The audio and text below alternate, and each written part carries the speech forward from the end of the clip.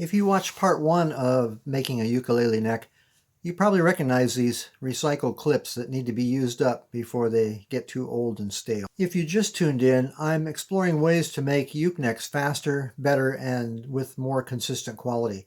This will just be an overview of the tools and techniques I'm using. If you're new to all of this, keep in mind that there is no one way to do any of it.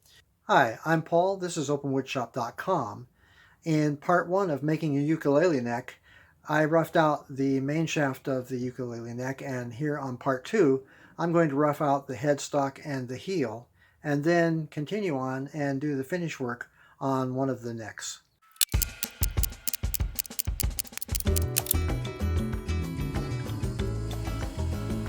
After the main shaft is roughed out, the next step is to go to the router table and shape the headstock using a template and a pattern flush trim router bit.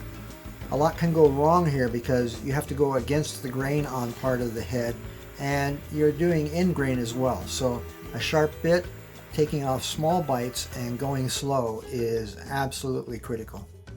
One job that will definitely change when I get a real bandsaw is shaping the heel. With a better bandsaw, I could just saw out the heel, but this little guy doesn't do very well on something this thick, so I instead just make relief cuts first and then hack out the profile.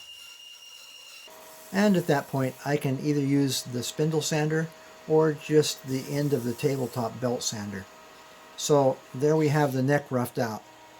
There is still room for improvement, but even so, in less than 30 minutes, I have a good start on a neck. I have a couple of new tools for further shaping the neck. The first is this mini belt sander on a stick.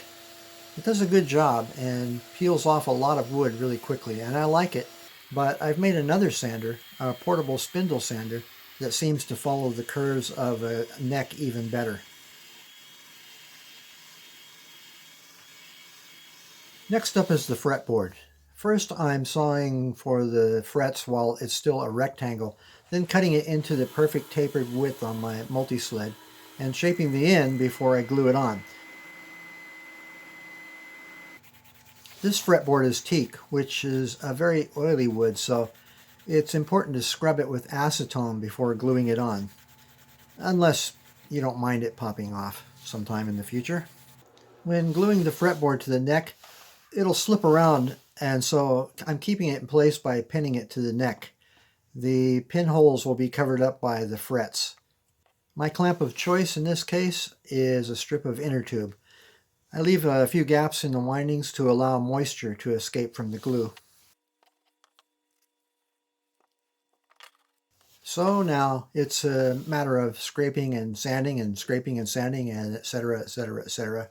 Getting things symmetrical can be a real trick. Sometimes you just have to walk away and come back to it again. And it's also good to have another set of eyes. Tell me what you think. Do you think it's the right or the left that needs to be trimmed down? Left.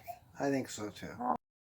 At some points the frets need to go in. This is just an overview of the processes I'm presently using. In the future I may go into greater detail. Not that there is any shortage of videos on YouTube about that subject, or any other subject for that matter. And yet another shop-made tool. With an angle grinder, I cut a file up into a couple of pieces and inlaid it into slots that I cut into a piece of HDPE plastic. One part is at 90 degrees and the other is at 30 degrees for filing off the ends of the frets. Wood works just fine, but I have a lot of HDPE. It's very slick, so it's kind of self-lubricating, doesn't hang up on anything, and it's extremely tough. Here I'm shaping the overlay for the front of the headstock. I was concerned that running it through the router, as I did with the headstock earlier, would cause it to chip out, so I'm using a drum sander on the Drillpress. On the bottom, it's got a follower that allows me to use the same template as I use for the headstock. On a lot of projects I make, I don't like the gloss finish, but that's exactly what I want on this. I want it to be shiny smooth. On an open grain wood especially, it involves filling the wood grain first, and I'm using Aqua Coat. It's a crystal clear filler and it sands well. 3 or 4 coats are recommended. The first few coats are sanded down with 220, and the final coat is with a piece of 320 sandpaper. There's a glue line between the main shaft of the neck and the headstock, and that has to be dealt with. I decided to try using a black leather dye and then covering that with poly spray, and it was okay. It just wasn't working out. It kind of could peel up. It just wasn't working, so I stripped it off, and now I'm laminating a piece of veneer over that, which is probably what I'll do in the future. Before I wrap this video up, there's a couple more shop-made jigs that I have here. This is a piece of Lexan. It could be made out of steel or aluminum. I happen to have a sheet of Lexan around. And there is a line scribed in it that lines right up with the hole on top. That's a 3/32 inch diameter hole. And I use that to do my side dots with. So that line will match right up with the pencil line that I have scribed, that I have drawn right between the two frets, and then that lines up perfectly there, and I drill, and that way I get these nice symmetrical holes. Another thing that I have are several different holders. This one, by the way, I have here bolt-on necks. Everything I'm doing is bolt-on necks now, and so this bolt-on neck will fit this right in here. This particular holder, I like it. I change it around every now and then, but the way I have it now is I've got it so that I can, I use this one primarily for painting. I can paint this, I can paint under here, get into there if I want to. You know, what got me started on this was Eric Schaefer's